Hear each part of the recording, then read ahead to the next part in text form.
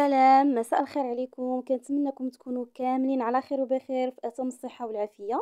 ومرحبا بكم معايا في مطبخ خديجه مكي في وصفه جديده وفيديو جديد. اليوم ان شاء الله غادي نحضر معكم حريشات ساهلين واقتصاديين بدون بيض ولا حليب ولا حتى الزبده.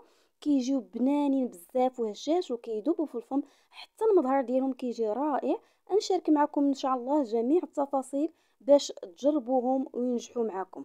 ندوزو على بركة الله المقادير والطريقة ديال التحضير.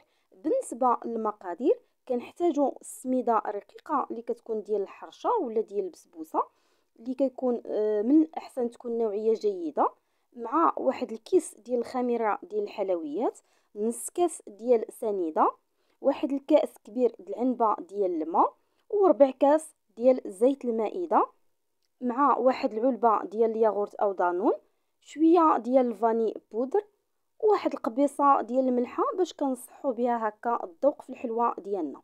اول حاجه غادي ناخذوا واحد الاناء ولا واحد البول كما كتشوفوا. غادي نعبر معكم السميده اللي تقريبا كنحتاجوا فيها 3 ديال الكيسان ديال السميده.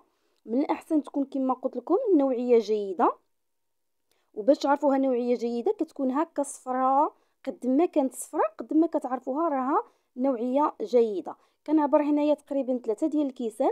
بالنسبه هنايا العبر كنعبر غير بالكاس ديال العنبه، واللي بغى الغرام راه كل كاس كياخذ تقريبا 125 غرام ديال السميده دي هكا رقيقه ديال الحرشه اولا البسبوسه.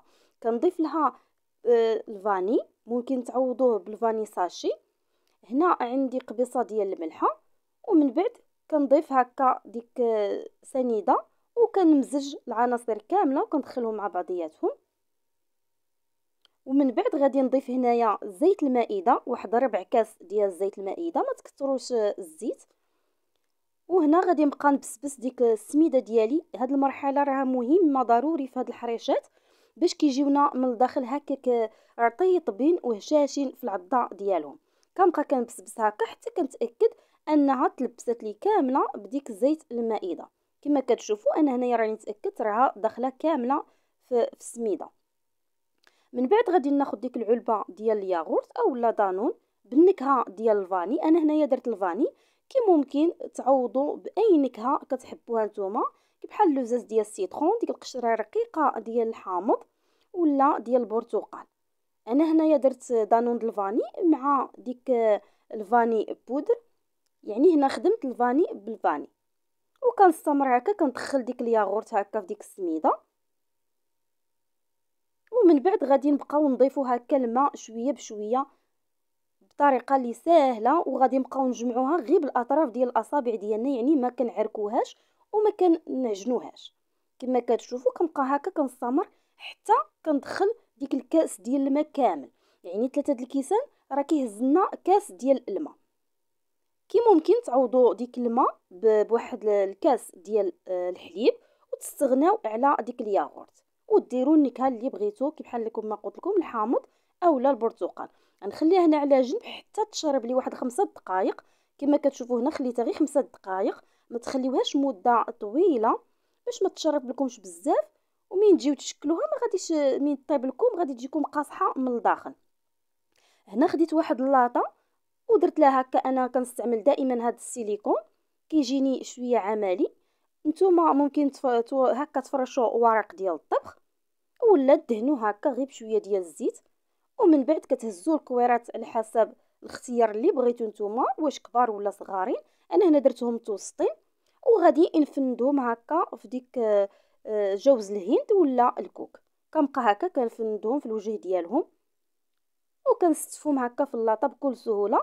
وبالنسبه اللي ما عندوش هكا الكوك ممكن تعوضوه بالسميده هذه ديال الحريشات اللي صوبنا بها ديك الحريشات، وتضيفوا لها ديك شويه ديال سنيده وتخلطوا سنيده مع السميده، وتبقاو هكا ديروا لها هكا الوجه ديالهم كما كتشوفوا معايا دابا في الصوره. يعني البديل دائما كنقول لكم، يعني ممكن ديروا البديل، ولكن الوصفه في الاول وفي الاخر تكون غير النتيجه زوينه في الاخر ديالها، تعطينا مذاق رائع. كنستمر هكا حتى كنكملهم كاملين. هنا غادي نكون مشعله الفران. بالنسبه للفران هنايا كنطيبهم انايا غير في الفران ديال الغاز كيجيو زوينين صراحه الله، كيجيو نتيجه رائعه. بالنسبه للطياب ديالهم راه ما كياخذوش بزاف ديال الوقت، كنشعل عليهم من الفوق، يعني اي حاجه عندكم هنايا كتبغيو تشقق لكم من الفوق كتشعلوا عليها هكا من الفوق، ومن بعد حتى كتشقق وتعطيكم ديك التشقيقه اولا ديك التفقيعه في ديك الحريشات ولا غريبه، اي حاجه عندكم كتبغيوها تشقق لكم من الفوق كديروا لهم العافيه اللي كتكون على شمعه، يعني كتكون رقيقه ديك العافيه حتى كتحسوا بها هكا تفقعات لكم ديك الوجه ديالها.